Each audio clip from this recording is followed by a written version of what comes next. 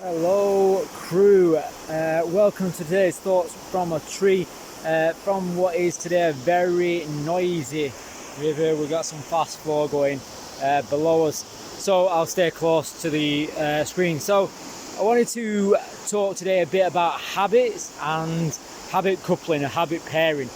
So in my view, it's a great way to just get habits started and done. And there's two ways to look at this.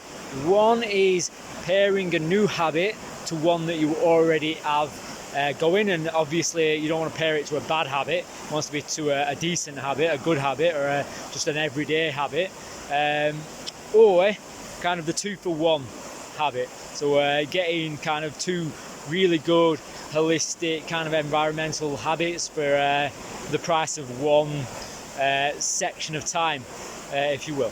So we talked about hydration over the last few weeks.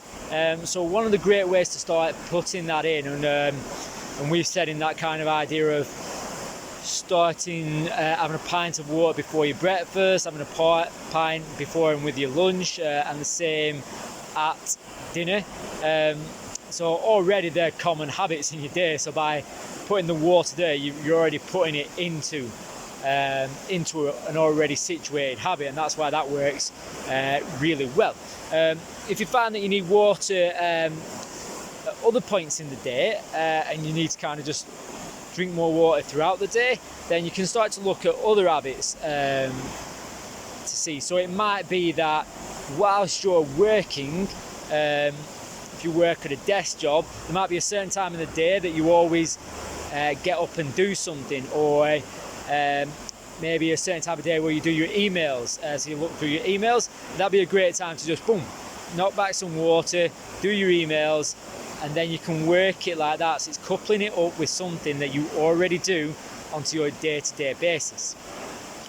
Now the two for one habit coupling works brilliantly for like environmental habits. So getting some kind of outdoor time into your life. So you're kind of thinking, right, I've got 30 minutes where I'm going to get outdoors and I'm going to go for a walk. I also want to try and start earthing.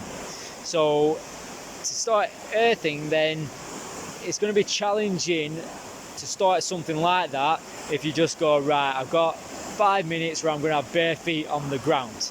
And you kind of think, well, when am I doing this? When am I fitting it into my day?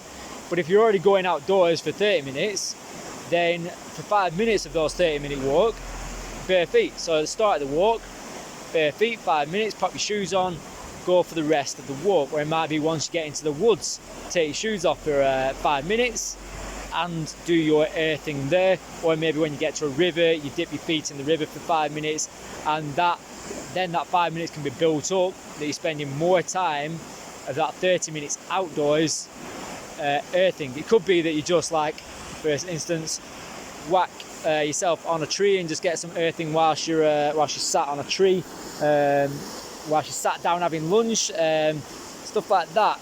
Another great one, for example, I'm just running through some examples now, this will be the last one, is lunchtime. So for your lunch, you should never really sit at your desk or where you work and have lunch. It's not a good connection. So get up, get outdoors, you're getting your outdoor time, especially great in the summer for getting that midday sun, a little bit of that on your skin, and go for a walk, sit yourself down, have your lunch outdoors, walk back to the office, do your work. Habit coupling like that just works perfectly to make sure that habits get started and then they can stay as that habit or form into that habit.